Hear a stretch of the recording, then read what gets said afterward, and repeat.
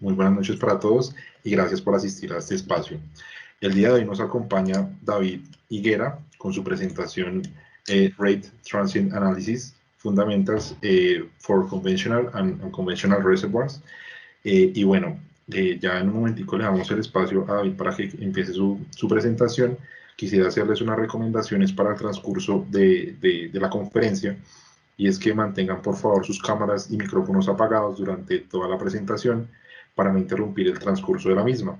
Al final de la presentación vamos a dar un espacio de preguntas para preguntarlas y responderlas en vivo, y también durante el transcurso de la presentación pueden consignar sus preguntas en la opción de chat y al final las responderemos. También se va a compartir un enlace de asistencia para entregar al final de la presentación el certificado de asistencia y la grabación de esta presentación. Entonces, sin más preámbulos, David, muchísimas gracias por asistir, por estar acá. Voy a leer rápidamente una biografía sobre nuestro presentador, sobre nuestro conferencista. David Higuera trabaja actualmente como especialista senior de simulación de yacimientos para Frontera Energy. Cuenta con 14 años de experiencia profesional. Recibió su título de pregrado en Ingeniería de Petróleos de la Universidad de América en Bogotá y tiene 2 títulos de maestría, uno en Geología de la Universidad Nacional de Colombia en Bogotá y otro en Ingeniería de Petróleos de la Universidad de Texas A&M en los Estados Unidos. Ha trabajado también para compañías operadoras como Petrobras y Occidental. Entonces, David, sin más preámbulos, el espacio es tuyo y muchas gracias por tu tiempo y la presentación. Muchas gracias a SPI por la invitación y muchas gracias a todos por asistir. La charla de hoy va a ser fundamentos de Rate Transient Analysis, que en adelante me voy a referir como RTA. Y es pues una técnica muy útil que tiene una aplicación enorme tanto en yacimientos no convencionales como convencionales para extraer información de producción, básicamente la data que se obtiene rutinariamente. Los temas de la presentación van a ser estos: una introducción para mostrar qué es y para qué sirve las técnicas de RTA. Y después de eso, los fundamentos teóricos que vienen a ser muy parecidos, si no los mismos, a las pruebas de presión, es decir, fundamentos de flujo en medio poroso y difusión de presión. Y voy a explicar en algo más de detalle 3 de las técnicas que se usan. Realmente es un conjunto de técnicas más variadas, hay muchas más que las que voy a presentar, pero con esas 3 creo que se cubre lo fundamental. Empezando por la definición, RTA es un conjunto de técnicas, son varias, son técnicas, por ejemplo, que cubren curvas tipo, cubren gráficos diagnósticos y se usan para analizar e interpretar la data de producción, que son tasas de flujo en el tiempo y presiones de flujo de fondo. Y eso se hace para derivar 2, digamos, objetivos principales. Uno es inferir propiedades del yacimiento, por ejemplo, la permeabilidad de la formación o el tamaño del yacimiento, el volumen de petróleo in situ, no solo el fluido móvil, sino también el fluido in situ original, o inferir propiedades del pozo mismo, por ejemplo, el daño, o si tal vez el completamiento fue efectivo o no, a través de ciertos parámetros que se pueden obtener y que voy a charlar más tarde. Y por eso se llama, RTA también se le conoce como análisis de producción o análisis de datos de producción. Ese es el primer objetivo. Y el segundo objetivo es derivar pronósticos de producción y estimar volúmenes de reservas, pero con la ventaja de que RTA son técnicas mucho más robustas que las técnicas tradicionales, y en eso me refiero específicamente a ARPS, que tiene ciertas limitaciones. Y para entender esas limitaciones, por ejemplo, consideremos un pozo de gas que produce un yacimiento convencional y la tasa de gas de ese pozo está mostrada en esa curva, en ese gráfico. Y cuando se aplica la técnica tradicional de ARPS, digamos, visiblemente se puede observar una declinación tipo exponencial, y cuando eso se lleva para estimar a una tasa económica el volumen, resulta en más o menos 2.7 BCF. Ese es el volumen que resultaría de sumar el área bajo la curva, 2.7 BCF. Y, esta producción o este gráfico solo muestra la tasa histórica de producción más la proyección, pero solo tasa. No vemos ahí la presión de flujo de fondo. Pero las técnicas de RTA, y una de ellas es, por ejemplo, esta figura, este gráfico de aquí que es una curva tipo, y es una curva tipo de Blasingame, es una de las tantas que hay. Cuando se Sí. aplica esos mismos datos de tasa de gas, pero además se incluye también la presión de flujo de fondo para hacer este análisis, es necesario esas dos informaciones. Entonces uno obtiene varios valores. Uno tiene, por ejemplo, permeabilidad de la formación, el daño, y obtiene el volumen original. Y en este caso, el volumen original que drena ese pozo se estima en 23 BCF. Entonces, fíjense que siendo un yacimiento de gas, si el EUR son, digamos, 3 BCF contra 23 que originalmente hay, el factor de recobro realmente es muy bajo. Entonces, ahí queda una gran pregunta de por qué es tan bajo, qué está pasando. No, para un yacimiento convencional de gas, como es este ejemplo, uno debería esperar un factor de recobro mucho más alto. Eh, si se usa, por ejemplo, otra de las técnicas de RTA, usando los mismos datos de producción y obviamente detrás de este análisis también se está usando la presión de flujo de fondo, se llega con este análisis que es el Flowing Material Balance, que también lo voy a explicar más adelante. También se llega a 23 BCF de un volumen estimado original in situ. Entonces, de nuevo, algo parece estar ahí fallando porque el EUR que se estima por ARPS es apenas 3. Lo que sucede es que ARPS no considera las presiones de flujo de fondo en sus análisis. Y, y la técnica tradicional de ARPS, el fundamento o digamos las suposiciones fundamentales son que la presión de flujo de fondo se mantenga constante. Bajo esa suposición, ARPS predice correctamente el EUR, pero en este caso, la curva negra es la presión de flujo de fondo para ese pozo y se observa que aumenta en el tiempo por alguna razón operacional en este pozo. Entonces, parte de la declinación de la tasa de gas se debe a ese aumento de la presión de flujo de fondo.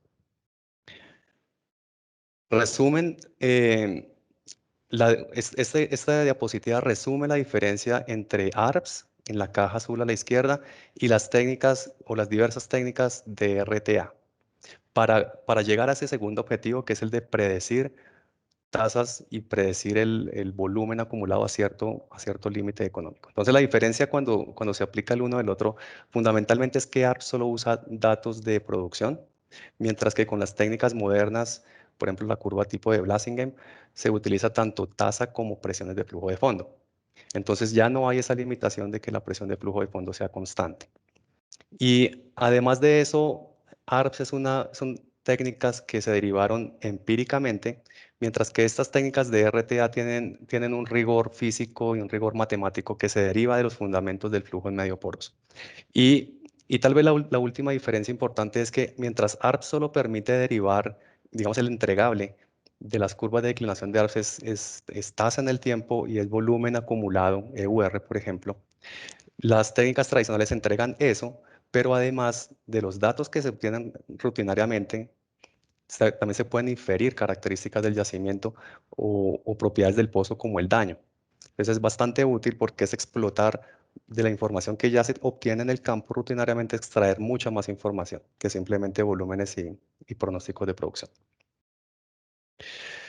RTA es un conjunto de técnicas que se ubica en un punto intermedio entre el análisis tradicional y el análisis de pruebas de presiones. Es como un enlace entre ambos, porque las técnicas tradicionales de declinación son, digamos, muy útiles y van a seguir siendo muy útiles porque son muy rápidas y se entienden muy rápido o se pueden comunicar sus resultados muy rápidamente, pero carecen de esa caracterización del yacimiento y además se limitan por esas suposiciones de condiciones de operación constante. Entonces, por ejemplo, uno no podría hacer un análisis de predicción de tasa y de volumen si el pozo no declina. Por ejemplo, un pozo que esté restringido en tasa y se mantenga tasa constante, ARPS ahí realmente tiene una gran dificultad. Tocaría hacer alguna suposición. Mientras que con RTA, técnicas de RTA, se puede predecir con muy buena certeza cuál va a ser el volumen acumulado aun cuando el pozo no esté declinando, porque se incluyen también las presiones de flujo de fondo, que son las que entran ahí a controlar ese caso. Y, y llega a ser no tan detallado como una prueba formal de presión, porque la información que se maneja simplemente la producción del campo, que tiene bastante ruido y no tiene tanta resolución como una prueba de presión. Además que en RTA se utilizan los datos de producción de largo plazo, de toda la vida del pozo. Eso puede cubrir varios años o décadas, mientras que una prueba de presión cubre apenas un corto periodo de tiempo, a una data de muy alta resolución, pero un periodo de tiempo muy corto. Entonces, por eso es un vínculo entre ambas técnicas y no pretende reemplazar ninguna realmente, sino complementar. El valor de RTA hay varios valores agregados, pero caracterización del yacimiento y del pozo es uno. Por ejemplo, para yacimientos no convencionales se obtiene ese producto del área abierta al flujo por la permeabilidad, por la raíz cuadrada de la permeabilidad. Ese es un parámetro que caracteriza muy bien un pozo en un yacimiento no convencional, y se pueden comparar entre diferentes pozos a ver, porque el área abierta al flujo depende de la eficiencia del completamiento, es decir, las fracturas que se hicieron en ese pozo para un yacimiento no convencional realmente quedaron efectivamente abiertas o no. Entonces, se puede obtener información bastante importante. Eh, Sobre esto hay demasiada literatura. Yo recomiendo ir a algunas fuentes. Por ejemplo, Tom Blasingame es un profesor de Texas A&M al que se le atribuye la paternidad de este conjunto de técnicas. Si bien todo esto ha sido como una construcción que viene tal vez de un poco antes de él, pero él tiene en su página de internet material gratuito, videos de las clases que ha dictado y hojas de Excel. Es bien interesante que exploren esa página. Y obviamente Juan Petro y algunos otros programas o páginas de los programas que manejan estas técnicas, por ejemplo, IHS, que son los que compraron FEQET, o CAPA, que venden esos programas para hacer análisis RTA. Ellos tienen muy buena información ahí. Quiero entrar en esta sección número 3 a hablar una diferencia fundamental entre un yacimiento convencional y otro no convencional.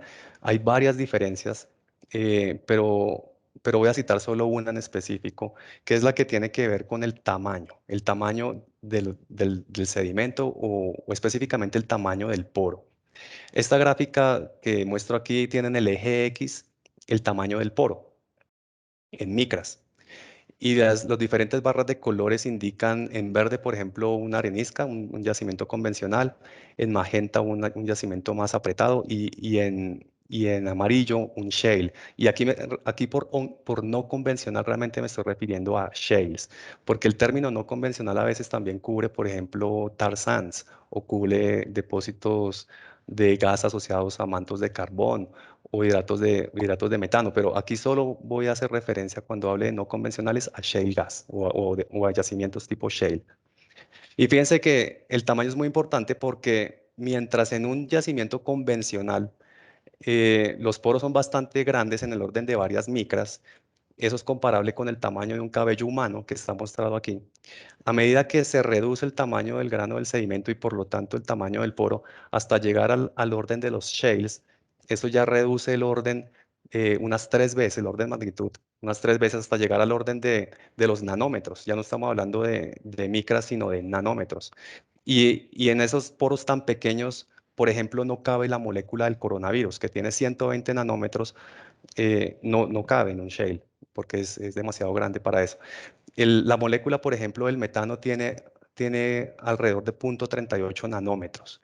Entonces, si uno habla, por ejemplo, de un shale que tenga unos 8 nanómetros, ahí apenas se podrían acomodar unas 20 moléculas de gas, como una al lado de la otra. Y mientras más grande la molécula, obviamente menos espacio hay para las moléculas en los shales. Y por eso es tan importante, cuando se habla de shales, hablar de ese confinamiento. Ese es el término técnico para eso. Las moléculas están confinadas porque están almacenadas en un volumen tan pequeño que todas las propiedades de ese fluido van a ser afectadas por ese confinamiento.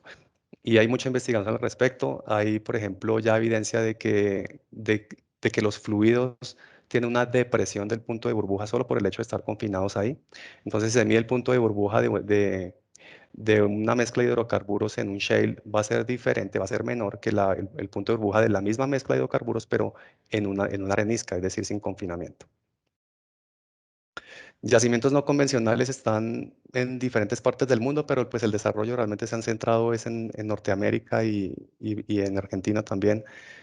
En Estados Unidos y en Canadá, los más importantes se listan aquí, el Marcellus, el Bakken, el Eagle Ford son no convencionales y acá están algunos de los rangos de permeabilidad y como se fijan son rangos de permeabilidad de orden de nanómetros. El desarrollo de estos yacimientos no convencionales tipo shale se resume al uso de pozos horizontales muy largos con múltiples fracturas transversales y se hace y con muchos pozos. Ese desarrollo implica muchísimos pozos. El resultado de eso es que para un pozo horizontal van a tener varias etapas de fractura. Son pozos que pueden llegar a tener una longitud de 15.000 pies, la sección horizontal, hasta 20.000 pies, mm, con múltiples etapas de fractura, 10, 20, 30 etapas de fractura.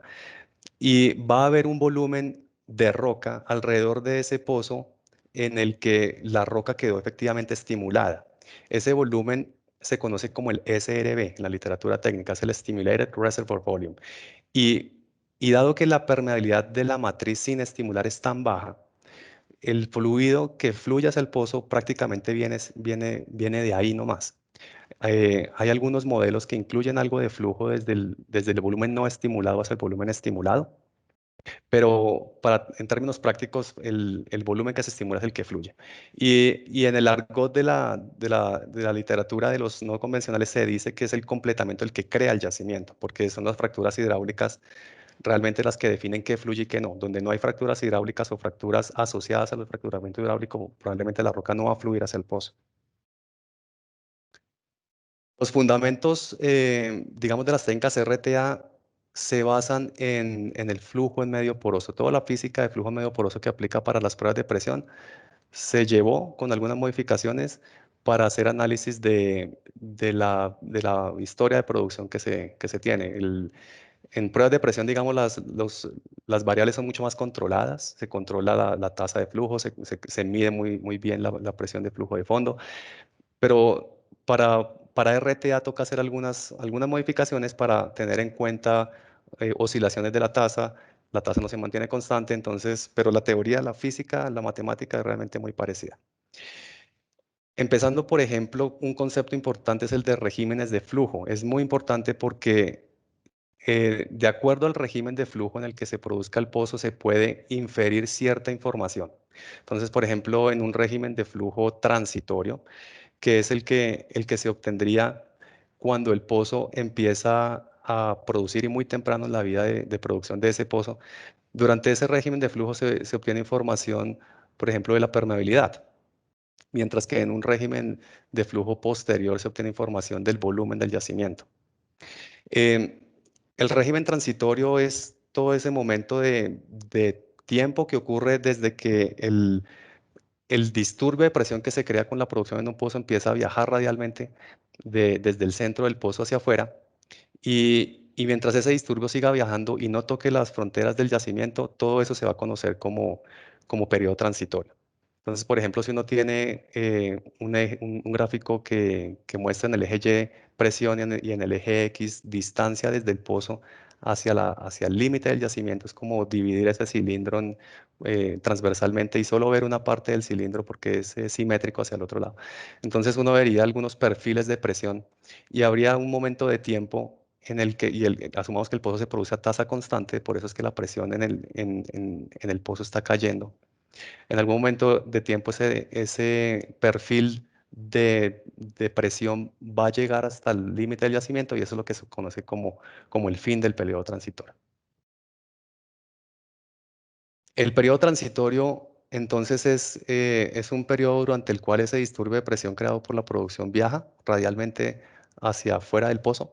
Por eso se conoce también como periodo infinite acting, o sea, que actúa de manera infinita, porque el disturbio no ha tocado los bordes, entonces es como si no existieran los bordes, es como si fuera infinito. No lo es, físicamente no lo es, pero matemáticamente es como si lo fuera. También se conoce como flujo inestable porque la presión es función tanto del tiempo como del espacio. Em, El flujo transitorio puede adquirir diferentes geometrías, el régimen transitorio. Durante el régimen transitorio el flujo puede adquirir diferentes geometrías. El flujo puede ser radial si todas las líneas de flujo convergen hacia el pozo, por ejemplo en un pozo vertical. Cada molécula del fluido que esté siendo producida digamos, a fluir radialmente hacia el pozo, o las moléculas van a fluir radialmente hacia el pozo en un pozo vertical. Y ese periodo transitorio radial es relevante en yacimientos convencionales que no tengan fracturas hidráulicas. Y, y esta es la solución matemática en la posición del pozo para la ecuación que rige ese fenómeno físico. La ecuación que lo rige es la ecuación de difusividad, y esta es la solución de la ecuación de difusividad para ciertas condiciones.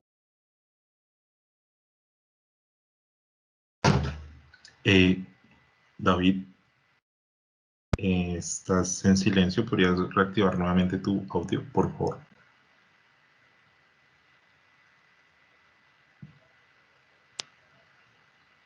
Aló, aló, ¿ya? Aló, sí, ya te escuchamos.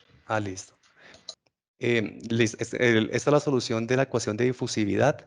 Entonces, para ese problema, lo importante de esta ecuación y lo que quiero resaltar es que el cambio de presión, es decir, piensen ustedes en el cambio que habría desde la presión inicial hasta la presión en el pozo, es proporcional al logaritmo del tiempo. Es tal vez lo que quiero destacar de aquí. Ese cambio de presión proporcional al logaritmo del tiempo, vamos a ver que tiene una implicación en el análisis de este periodo. Pues, el hecho de que sea así y que se pueda graficar, por ejemplo, en un gráfico log-log, vamos a obtener una línea recta, por ejemplo. Esa es la significancia de esa observación. Durante el flujo transitorio también podría desarrollarse una geometría lineal, si es que las moléculas del fluido están moviéndose linealmente hacia, hacia el punto donde se está produciendo. Por ejemplo, en un pozo que produzca de un canal, por ejemplo, asumamos un yacimiento tipo yacimiento fluvial, y las moléculas se moverían perpendiculares a la línea del canal, digamos, un flujo lineal. La solución de la ecuación de difusividad, la solución que rige el comportamiento de presión bajo esa condición y con algunas condiciones de frontera, eh, es esta. Aquí lo importante es que el cambio de presión, es decir, la diferencia entre la presión inicial y la presión de flujo de fondo, es proporcional a la raíz cuadrada del tiempo. Entonces, hago énfasis en solo eso porque gracias a eso es que uno puede aplicar ciertos gráficos diagnósticos contra el tiempo, porque queremos siempre analizar las cosas contra el tiempo. Entonces, para flujo radial es proporcional al logaritmo del tiempo, para flujo lineal es proporcional a la raíz cuadrada del tiempo. Entre otras cosas, el hecho de que sea así para el flujo lineal, este exponente de 1 medio, cuando se toma la derivada de la raíz cuadrada del tiempo, uno va a obtener que va a haber una pendiente de 1 medio. Eso lo voy a explicar más adelante, pero cuando hablemos de flujo lineal y hagamos unos gráficos, vamos a observar que los puntos se acomodan en una recta de pendiente 1 medio, y es justamente por esto, porque la solución es proporcional a la raíz cuadrada del tiempo, que es lo mismo que elevar el tiempo a la 1 medio. Todo esto que expliqué hasta ahora es aplicable para soluciones de ecuación de difusividad con tasa constante, pero como la data de producción no es tasa constante, entonces ahí es donde empiezan a entrar los tratamientos matemáticos para que esto sea aplicable a tasa constante. Entonces, en la literatura se ha mencionado, y esta es la exposición, que estas soluciones de tasa constante son aplicables al caso de tasa variable si se divide simplemente por la tasa. Entonces, esa es la solución para el problema radial. Si simplemente pasamos Q y dividimos toda la ecuación por Q, entonces ya queda como una muy buena aproximación para el problema de, de producción en un yacimiento cilíndrico, es decir, flujo radial a tasa constante, a tasa variable. Y de la misma manera, para flujo lineal, dividir por Q hace que la solución a tasa constante sea aplicable a tasa variable. Entonces aquí tenemos otro nuevo término que ya no es el delta P, sino es el delta P normalizado por Q. Esto se puede usar así, o para análisis RTA realmente se usa el inverso de esto, es Q dividido delta P. Ese QD, el de inverso de esto, se llama la tasa normalizada o tasa normalizada por presión. Y esa es la que realmente se usa en RTA, porque en RTA queremos buscar algo que se parezca a un gráfico de tasa contra tiempo. Entonces, es más conveniente dejar tasa dividido delta P y graficar eso contra el tiempo. Y aquí vienen los gráficos diagnósticos. Entonces recuerden que la solución aquí hay dos gráficos. El de la izquierda representa la solución gráfica del periodo transitorio en flujo radial y la de la derecha es la solución para el periodo transitorio en flujo lineal. Entonces fíjense que se está graficando en los ejes para el caso radial contra el logaritmo del tiempo y para el caso lineal contra la raíz cuadrada del tiempo. Y eso es bastante conveniente porque de la pendiente y del intercepto se puede obtener información. Si un pozo produce durante el régimen transitorio radial, todo esto se va a acomodar en una línea recta y de la pendiente de esos datos se puede obtener KH. Y del intercepto se puede obtener el skin del pozo. Mientras que si es un pozo que produzca en flujo lineal, y esto es muy aplicable, por ejemplo, a no convencionales, mientras el gráfico de la izquierda radial aplica para convencionales, el gráfico de la derecha, flujo lineal, aplica para no convencionales. Y ahorita voy a mostrar un poco más en detalle eso. Y de aquí se puede sacar ese parámetro de eficiencia que es A por la raíz cuadrada de la permeabilidad. Ese A es función de las fracturas hidráulicas, es el área expuesta al flujo. Y el área expuesta al flujo en un pozo que produce de un yacimiento no convencional es el área la suma del área de todas las fracturas hidráulicas que se han puesto. Entonces, toda esa información se puede derivar de esos gráficos. Ahora, ¿cuánto tiempo puede durar el periodo transitorio antes de que se toquen las fronteras? ¿Cuánto puede durar eso? Eso se calcula con estas ecuaciones. Para el caso del flujo radial, se utilizan las ecuaciones de la izquierda. Para el caso de flujo lineal, es decir, por ejemplo, en el caso de los no convencionales, se utiliza la ecuación de la derecha. Y ese tiempo, las ecuaciones son realmente muy parecidas entre sí. Ese tiempo es proporcional. Aquí yo estoy hablando del tiempo, el tiempo está realmente aquí. O el tiempo que dura el disturbio de presión en llegar hasta cierto R o hasta cierto T es función de la permeabilidad, de la porosidad, de la viscosidad del fluido y de la compresibilidad total del sistema. Por ejemplo, si la permeabilidad es muy alta, el disturbio va a viajar muy rápidamente y el tiempo que va a tomar en alcanzar las fronteras pues va a ser más corto. Por ejemplo, consideremos la ecuación del radio de investigación, es decir, la que aplica para flujo radial, y simplemente vamos a evaluar esa ecuación en diferentes casos, en el caso de un shale gas, en el caso de un yacimiento apretado de gas, o en el caso de un yacimiento de gas convencional. Todo es igual en cuanto a porosidad, viscosidad y compresibilidad total. Lo único que va a cambiar es permeabilidad en estos ejemplos. Para el shale gas vamos a considerar 100 nanodarcis, para el yacimiento convencional 10 milidarcis. Estas unidades son milidarcis.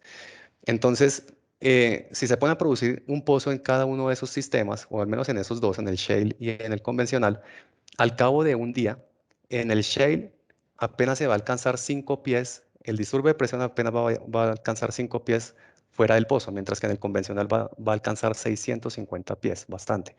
Eh, ¿Cuánto tardaría en el shale gas alcanzar esos 650 pies? Tardaría 30 años, que es la última fila en esta tabla. Entonces, para un yacimiento no convencional, el radio de investigación para cierto tiempo es muy corto y esa es la razón por la cual no se hacen pruebas de presión en un yacimiento no convencional, porque habría que tener el pozo cerrado indefinidamente o por un largo periodo de tiempo para que se investigue más allá del pozo.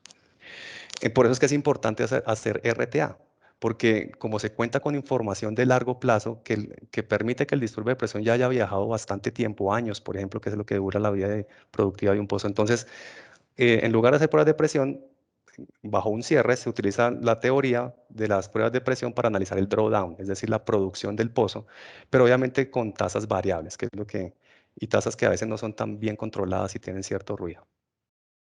Una vez alcanza las fronteras del sistema, el sistema alcanza un régimen que se llama pseudoestable. En ese régimen pseudoestable, que es el que muestro aquí con esta línea amarilla, lo más importante de eso es que la presión cae con respecto al tiempo a la misma tasa en cualquier punto del espacio. O sea, si uno, por ejemplo, mide en el pozo, si un pozo produce en estado pseudoestable y uno mide en el pozo que la presión cayó, digamos, que el pozo se produce a tasa constante y uno mide que en el pozo la presión de flujo de fondo cayó 100 libras, eso quiere decir que profundo en el yacimiento, en la frontera, también la presión cayó 100 libras, si es que estamos en periodo pseudoestable. Y eso es muy importante, esa observación, porque es uno de los fundamentos de RTA. Eso implica que uno podría inferir la presión del yacimiento simplemente midiendo la presión en el pozo. Se infiere, porque la única forma de medir la presión del yacimiento es cerrarlo y esperar a que estabilice a la presión del yacimiento. Pero no queremos cerrar un pozo o tratamos de no hacerlo. Entonces uno puede inferir esa presión a partir de ese concepto. Esta es la ecuación que rige el periodo pseudoestable, es básicamente la ecuación de Darcy, y aquí lo importante es que el cambio de presión es directamente proporcional al tiempo. Em, Voy a saltarme estas ecuaciones, esa imagen, y voy a pasar a esta. Esos conceptos son aplicables para tasa constante, pero se pueden hacer aplicables para tasa variable si simplemente se hace algún tratamiento matemático similar al que hicimos antes, que es normalizar ese cambio de presión con respecto a la tasa. Entonces, la ecuación de arriba es la que mostré antes, que es la de la solución para el periodo pseudoestable, en el cual se asume que la tasa del pozo es constante y las fronteras están cerradas. Esas no son las únicas dos condiciones para periodo pseudoestable: tasa constante y fronteras cerradas, frontera externa cerrada. Pero si dividimos esta solución por Q, entonces ya ahí queda una solución que es aplicable a tasa variable. Y entonces se pueden hacer también gráficos diagnósticos. Entonces supongan que el pozo ya entró en periodo pseudoestable. Si se grafica delta P dividido Q con respecto al tiempo, que la solución es directamente proporcional al tiempo, entonces de la pendiente de esos puntos que se van a alinear sobre una línea recta, uno puede obtener el volumen original in situ. Es muy importante sacarlo de ahí. Y del intercepto uno puede sacar el índice de productividad en estado pseudoestable. De la pendiente uno saca N, porque una vez el disturbio de presión alcanza las fronteras del yacimiento y entra en periodo pseudoestable, ya se ha, digamos, investigado todo el yacimiento. Entonces, por eso es que la solución es función del volumen de in place, y por eso es que uno puede obtenerla a partir del periodo pseudoestable. Hay otra posibilidad cuando se alcanzan las condiciones, cuando el disturbio alcanza la frontera, y es que se llegue a un periodo que se llama periodo dominado por fronteras. Es muy parecido al pseudoestable, pero tiene una gran diferencia. Y es que mientras en el pseudoestable solo se da si la tasa es constante, en el flujo dominado por fronteras solo se da si la tasa es variable y la presión de flujo de fondo es constante. Y la otra condición es la misma, que la frontera exterior sea cerrada. Y este régimen de flujo realmente es más aplicable a la data de producción, porque los pozos realmente no se producen a tasa constante. Eso se hace en una prueba de presión, donde se controla la tasa para que sea constante, pero en la vida diaria, en la vida normal de un pozo, si se mantiene, digamos, las condiciones más o menos, una presión de flujo de fondo más o menos constante, o la frecuencia de la bomba más o menos constante, entonces lo que vamos a tener realmente es un flujo dominado por fronteras. Y esta es la solución matemática. Se toma la ecuación de difusividad y se resuelve para esas condiciones. Y la solución es una ecuación exponencial. Esa ecuación exponencial es muy parecida a la ecuación de Arps exponencial. Y de hecho, rigurosamente se puede llegar a la ecuación de Arps exponencial a partir de la teoría. En otras palabras, la declinación exponencial de Arps implica un yacimiento cerrado, es decir, sin ningún aporte de energía, por ejemplo, de un acuífero, y un pozo que produzca una presión de flujo de fondo constante. Entonces, por eso, de nuevo, es que ARPS asume que la presión de flujo de fondo debe ser constante. Eso se verifica también teóricamente, esa suposición. Esta diapositiva resume la diferencia entre periodo pseudoestable y periodo dominado por fronteras.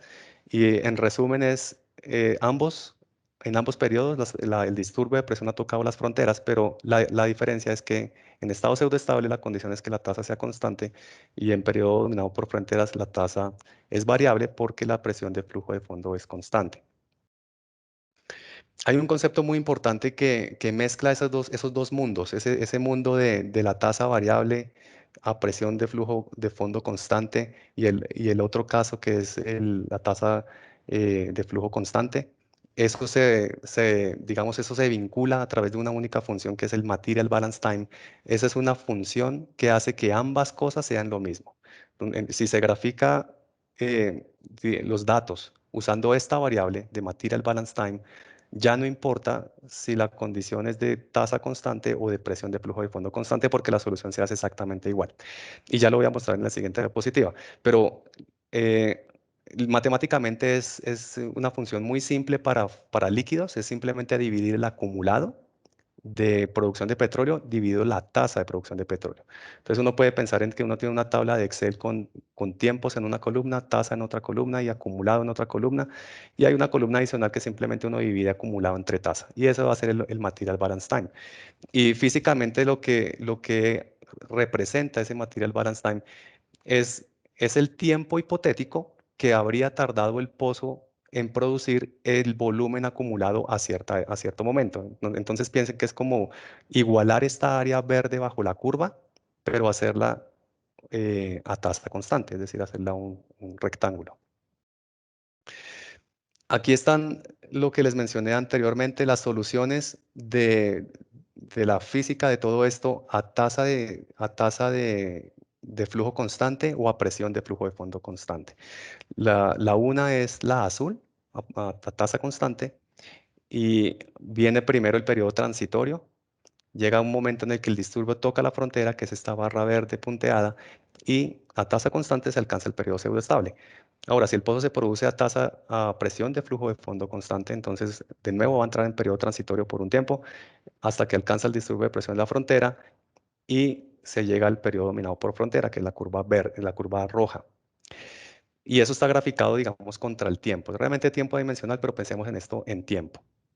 Pero si uno grafica en lugar de tiempo, uno grafica material balance time, tiempo de balance de materiales, entonces ambas curvas, la roja y la azul, son las mismas. Y no hay mucha diferencia durante el periodo transitorio, pero durante el periodo en el cual termina el periodo transitorio y se sienten todas las fronteras de yacimiento, las dos soluciones son exactamente las mismas gracias a la función de material balance time. Esta función es muy importante en RTA.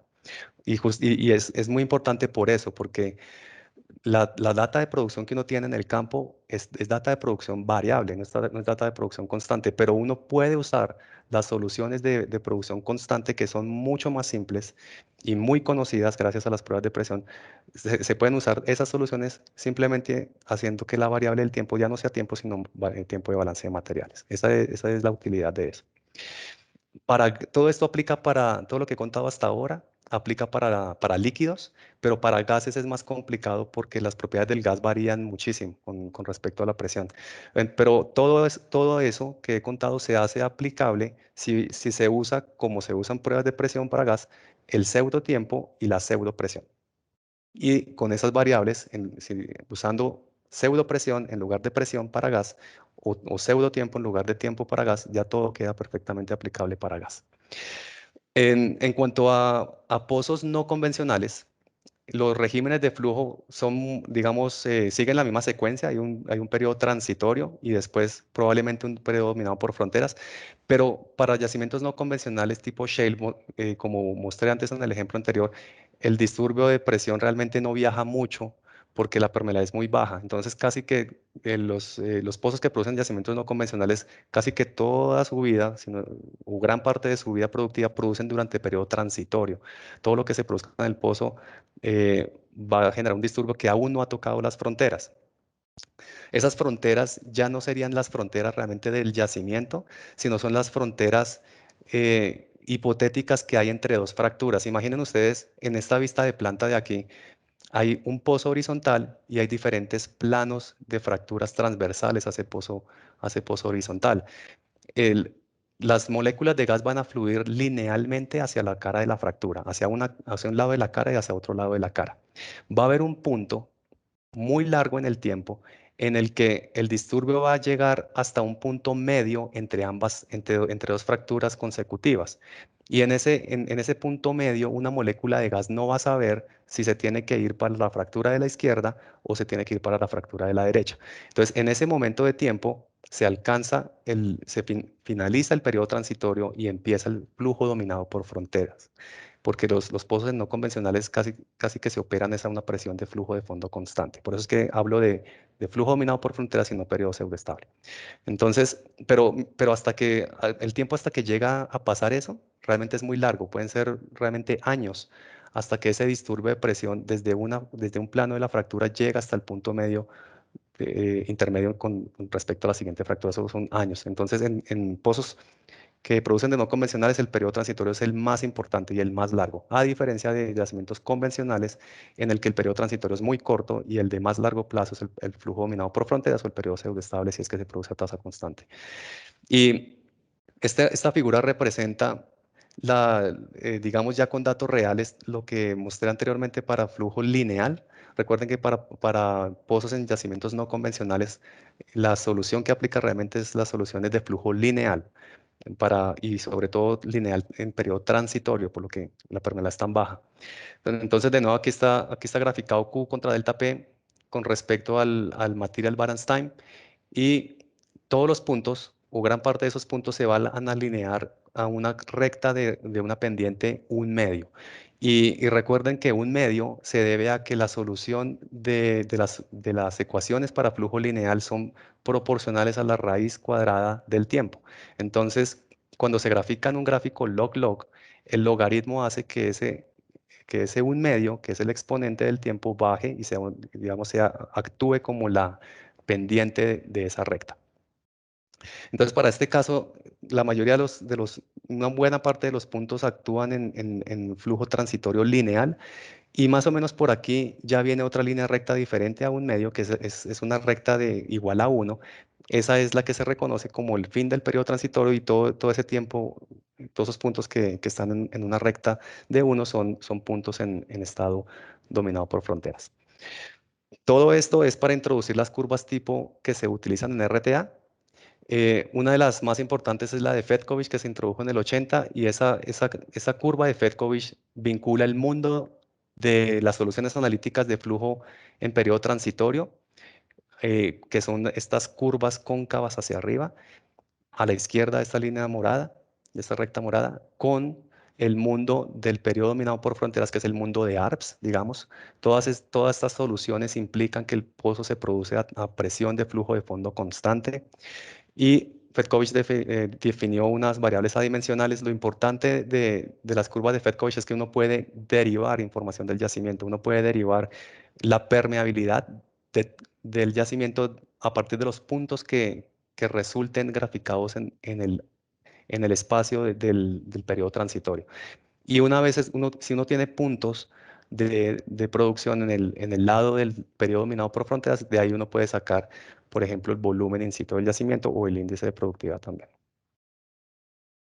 Un ejemplo, entonces, a la izquierda está la curva tipo de Fedkovich, de nuevo, a la izquierda de este punto que es más o menos en el eje X punto 3, hacia la izquierda es periodo transitorio, hacia la derecha es periodo dominado por fronteras, que todas estas rectas realmente son las rectas de ARPS, solo que se ven diferentes porque están graficadas con respecto a una variable de tiempo adimensional y una tasa adimensional, pero todas estas que están ubicadas a la derecha del eje X igual a punto 3 son básicamente las rectas de ARPS. Esta es la de ARPS B igual a 0 y esta de aquí la de ARPS B igual a 1.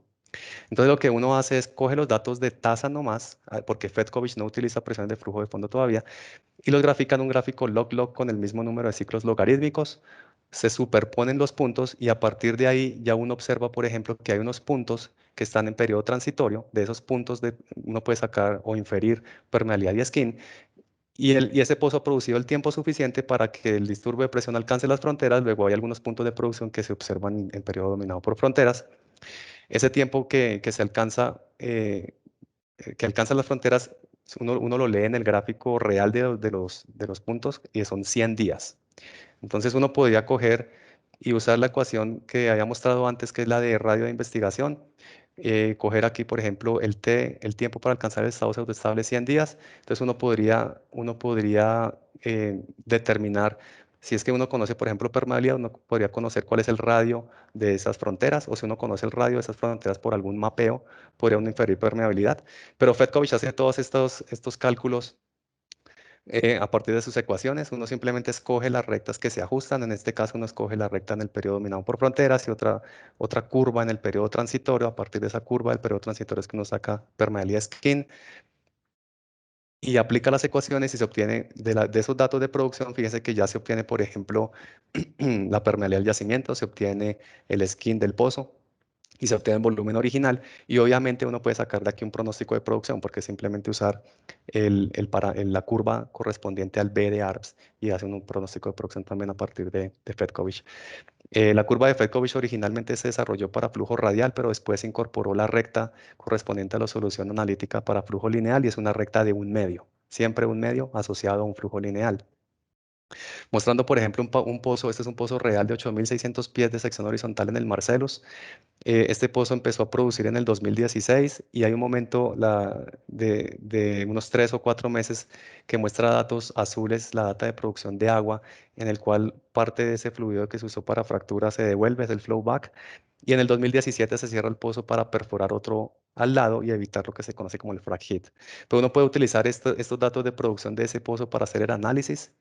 Fíjense que al principio esos datos, hay unos datos, bueno, hay una recta aquí azul que es la recta de un medio que indicaría flujo lineal, pero los datos al principio no se alinean con esa recta de un medio, es porque el pozo se está limpiando. El pozo realmente no está produciendo un flujo lineal, sino que el agua de la fractura se está devolviendo, es un periodo de limpieza. Pero hay un momento de tiempo en el que ya los puntos perfectamente se alinean a la recta de un medio y eso es consistente con la física, es decir, este pozo produce un flujo lineal transitorio. Aún no se observa, eh, dado que el pozo sigue, digamos, produciendo bajo esa recta de un medio, uno puede decir que aún no ha llegado a tocar las fronteras digamos, que las moléculas de gas no han interferido entre dos fracturas adyacentes. Entonces, todo este pozo está produciendo un flujo transitorio lineal y uno a partir de ese flujo transitorio lineal puede inferir el producto de A por la raíz cuadrada de K. Y eso es una información muy valiosa para verificar la eficiencia del completamiento. Hay una curva muy importante que es la curva tipo de Blasingame, que combina las soluciones analíticas de flujo transitorio y flujo dominado por fronteras. Las curvas tipo de Blasingame usan el tiempo de balance de materiales en el eje X y es por eso que esta recta aquí tiene una pendiente de 1, porque esas soluciones de tasa variable se hacen iguales a la solución de tasa constante. Él agregó otras curvas adicionales de soporte.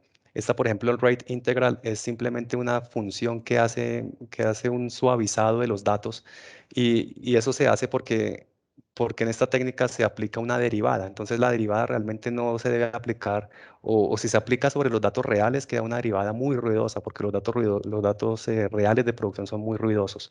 Entonces lo que hace la técnica de Blasingame es mezclar tres curvas diferentes. Es la data la tasa normalizada por presión, es una tasa integrada, una tasa suavizada, y a esa tasa suavizada se le saca la derivada. Y lo que se hace es que se grafican esos datos de producción y se hace una superposición con respecto a la curva tipo y de ahí se infiere información. Es un procedimiento muy similar al de FedCoach. Y la última técnica que quiero mostrar es el Flowing Material Balance. Esta es bastante útil para inferir el volumen in situ del yacimiento y parte de los principios matemáticos del estado pseudoestable.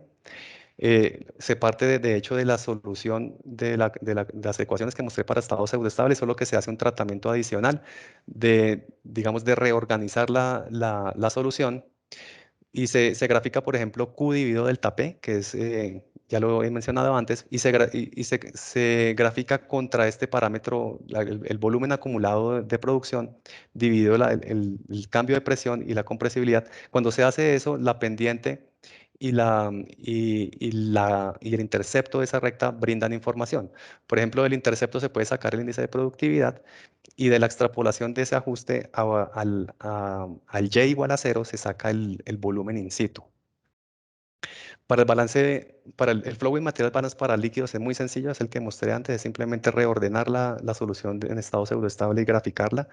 Para gas es muy parecido, solo que toca incluir pseudo tiempo y pseudo presión, pero se obtiene exactamente lo mismo. Se obtiene de la extrapolación de los puntos, se obtiene el G. Mm, Ahora, cuando se aplica esto a datos reales hay bastante ruido. Por ejemplo, aquí en esta imagen hay un ejemplo real, hay bastante ruido y, Y se puede hacer un tratamiento de limpieza de los datos para evitar eso. Otro punto que quiero aclarar es que si un pozo, por ejemplo, en un yacimiento no convencional, aún no ha entrado, aún sigue en periodo transitorio y aún no ha entrado en flujo dominado por fronteras y se quiere aplicar el Flow and Material Balance, entonces realmente uno lo que va a obtener de ahí no va a ser el volumen del yacimiento, sino el volumen contactado por ese disturbio de presión a ese momento de tiempo. Y de hecho, la recta, uno tendría que o sea, los puntos seguirían con una pendiente variable, no se ajustarían a una recta exactamente como la muestro aquí. Entonces, se puede aplicar, pero toca tener la salvedad de que ese volumen que se infiere a partir del flow y material balance va a ser un volumen mínimo contactado. El volumen real va a ser más grande, porque el disturbio va a seguir creciendo hasta contactar todo el yacimiento, digamos, todo el SRB, si estamos hablando de un yacimiento no convencional. Em, yo solo realmente mostré rápidamente 3 de las técnicas de RTA, pero hay muchas más. Hay una que me hubiera gustado mostrar, pero por el tiempo no pude, que es la de Baren-Barget, que se usa mucho para flujo lineal en yacimientos no convencionales. Pero la filosofía es la misma, es coger las soluciones analíticas, graficarlas de una manera conveniente y del intercepto de la pendiente sacar información de acuerdo a los regímenes en los que se tengan los datos, ¿no? Durante el periodo transitorio se obtiene información del pozo y del yacimiento, y durante el régimen dominado por fronteras, información de todo el volumen in situ. Mm, el flujo de trabajo de RTA realmente es hacer diagnóstico de la producción, hacer como una limpieza de los datos, es verificar que todo sea consistente, que no haya mucho ruido, se hace una interpretación, se identifican los regímenes de flujo, muy importante eso siempre, identificar regímenes de flujo, utilizar estos gráficos diagnósticos, y después se hace todo este tipo de modelamiento en programas comerciales y la aplicación de curvas tipo que he mostrado. Ya finalizando con este ejemplo, es el pozo en el Marcellus que mostré antes. Entonces había dicho que parte de los puntos no se ajustan a la línea recta porque están en un periodo durante el cual hay una limpieza, pero los que están en la línea recta de un medio, esos están en flujo lineal transitorio, y de ahí se puede sacar este valor de A por la raíz cuadrada de la permeabilidad. Y para este ejemplo en particular, este producto está aquí resumido. Acá está exactamente aquí. Si uno asume, por ejemplo, si uno asume que ese A es igual al número de fracturas que uno bombeó en el trabajo, que uno puede saber cuántas etapas de fracturas se bombearon, aunque uno no sepa exactamente cuántas fracturas se quedaron, pero uno puede hacer alguna suposición. Si uno puede calcular A de alguna manera, a partir del número de fracturas y la longitud de la fractura, ojalá si se tiene, por ejemplo, información de, de microsismicidad. Entonces uno podría resolver K para este caso, pero algunas personas prefieren manejar simplemente A por el producto de la raíz cuadrada de K para evitar suponer algún número de fractura o alguna longitud de fractura ahí. Y también se puede hacer, obviamente, con programas comerciales se puede hacer un modelamiento. Esos programas cuentan con unas técnicas de modelamientos analíticos, resuelven para un sistema específico, por ejemplo, para un pozo de 28 fracturas hidráulicas con una longitud de 9.568 pies. Para esos casos específicos, analíticamente resuelven las ecuaciones y entregan soluciones de tasa y de presión. Ya cuentan esos programas con esas capacidades. En las curvas tipo realmente las soluciones son muy generales y uno no va a encontrar una curva tipo para un pozo así de específico, pero los programas comerciales entregan pues esos paquetes para generar soluciones analíticas para para cada caso. Los comentarios finales son que las técnicas de RTA realmente son muy robustas, se puede sacar mucha información de la data que ya obtenemos, es aprovechar eso que ya está para extraer más información del subsuelo y optimizar la operación de los pozos o de los yacimientos. Y con eso termino y quedamos abiertos a preguntas que hayan. Muchas gracias a todos. Listo, David, muchísimas gracias por tu presentación, muy interesante. Y bueno, ya vamos a dar espacio a las preguntas.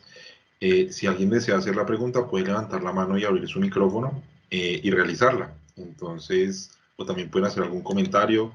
David puede responder a estas preguntas. Entonces, si alguien quiere hacerlo, adelante, por favor.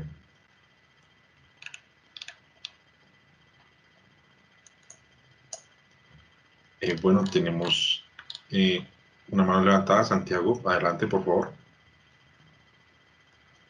Gracias, buenas noches. David, quisiera consultar, digamos que el enfoque que vi durante la presentación era hacia un pozo, pero este tipo de análisis, ¿cómo se puede extrapolar hacia lo que sería como tal un reservorio o un yacimiento? Mm. Muchas gracias y la pregunta es muy buena. Sí, todo esto realmente que mostré se aplica a un pozo, pero hay Blasingame y uno de sus estudiantes desarrolló hace unos años la técnica para, o digamos, todo el desarrollo matemático y toda la física para aplicar esto a múltiples pozos. Yo les puedo pasar, en este momento no recuerdo el nombre del segundo autor, que es realmente por el cual sería más fácil buscarlo, pero, pero si buscan por Blasingame Multi-Well Analysis, ahí van a llegar al artículo de él, y igual los programas comerciales ya tienen incorporado eso. Por ejemplo, pero digamos para responder o complementar la pregunta, uno puede, por ejemplo, analizar interferencia con la curva de Blasingame que mostré. Si los datos, por ejemplo, en lugar de alinearse con la línea recta, digamos, los datos en periodo de flujo dominado por frontera, si esos puntos no se alinean con una recta de pendiente 1, entonces uno infiere que hay interferencia y eso es bastante diciente cuando cuando se analiza, cuando se usa esa curva tipo de Blasingame. O lo mismo si la desviación es hacia abajo, me refiero, es decir, si la pendiente es, digamos, cae mucho más rápido que la pendiente igual a -1. Pero si es al revés, si los puntos están por encima de una pendiente de 1, entonces uno puede inferir que hay alguna ganancia de energía en el sistema. Eso es, digamos, una observación que uno podría hacer de la curva tipo de Blasingame que mostré, pero ya, como digo, el desarrollo matemático y teórico ya está hecho para el multi-well análisis usando la técnica de Blasingame. Muchas gracias. Gracias, Santiago, por tu pregunta. ¿Alguien más desea hacer alguna consulta? Julián, adelante, por favor. Sí, buenas noches, David. Muchas gracias. Y mi pregunta es, básicamente, cuando uno está haciendo una FMB para un yacimiento convencional con el modelo multifásico, ¿cómo haces para amarrarte? Porque por lo general da un volumen muy grande y cuando empiezas por decirlo así, a jugar con los parámetros del tamaño del acuífero, ¿cómo te amarras para encontrar el original? No sé si lo haces por IPs o por el área dada por volumétricos. Sí, esa es una muy buena pregunta. Para cuando hay flujo multifásico todo se complica, pero la forma en la que lo manejan todos estos programas y la matemática es usar unas pseudofunciones. Yo lo que hago realmente es amarrarme a absolutamente todo. Yo uso Flowing Material Balance, yo uso Fedkovich, Blasingame, uso todas las técnicas para incluso el mapeo, volumetrías, si las tienen ahí disponibles. Esa es, digamos, la forma en la que yo lo haría, es amarrarme de muchas cosas porque sí hay una limitación grande cuando hay flujo multifásico. Vale, muchas gracias. Ujú.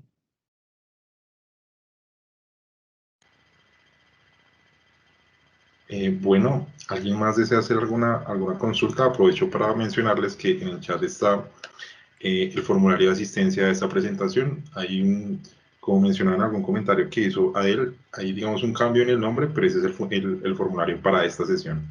Entonces, si alguien más desea hacer un último comentario, bienvenido. Y bueno, ya también para finalizar, David, muchísimas gracias por tu tiempo, gracias por la presentación. Es de mucho interés para la comunidad como tal, Oil and Gas en Colombia, y gracias por el tiempo. Entonces, si no hay más, no hay más preguntas, no hay más comentarios, vamos a dar por terminada la sesión. Y bueno, David, un comentario final. Ah, bueno, Alejandra, sería el último comentario de la noche. Adelante, por favor.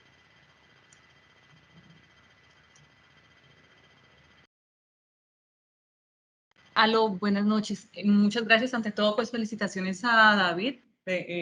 Muy bueno el contenido, excelente la explicación. Yo tengo una pregunta. Estas gráficas, estas técnicas, ¿cómo se pueden ver afectadas cuando ya nos encontramos en un periodo cuando ya tiene técnicas de EOR aplicado en el yacimiento? Es decir, que ya podemos por las diferentes, independiente que cuál sea el que se esté tocando el pozo, pero ¿cómo puede llegar a afectar y cómo puedo prevenir yo estas interferencias en RTA? En EOR, esa es una muy buena pregunta. Bueno, yo conozco Blasting emite unas modificaciones cuando hay inyección de agua, por ejemplo. Cuando hay EOR, digamos, inyección de polímero, recobro térmico, ahí francamente no conozco que hayan soluciones específicas para esos casos. Digamos ahí, en esos casos yo creo que toca involucrar, por ejemplo, modelos numéricos, pero digamos modelos numéricos fuera de los programas de RTA, porque sí sería un escenario mucho más complejo de lo que las técnicas y las soluciones analíticas pueden brindar. No conozco para EOR soluciones específicas, sí conozco para inyección de agua y para water drive, pero no digamos para recobros térmicos o algo mucho más complejo. Ok, muchas gracias. Bueno, Alejandra, gracias por tu pregunta. Gracias a todos ustedes, los asistentes a esta presentación de SPI Technical Thursday. También agradecer a David nuevamente por su presentación. Y bueno, David, un comentario final ya para cerrar esta sesión. No, simplemente muchas gracias a todos por la asistencia y cualquier duda adicional que tengan, por favor, se la dirigen al grupo de SPI y con mucho gusto la respondo o intento buscar la respuesta. Listo, David, gracias a ti por tu tiempo y gracias nuevamente a todos ustedes por su asistencia. Les recomendamos también estar muy pendientes de las redes sociales de SPI y los medios de difusión para tener en cuenta todos los programas que SPI Colombian Section tiene para ustedes. Y bueno, con esto vamos por finalizar la sesión de hoy. Muchísimas gracias a todos ustedes y que tengan una muy buena noche. Hasta luego.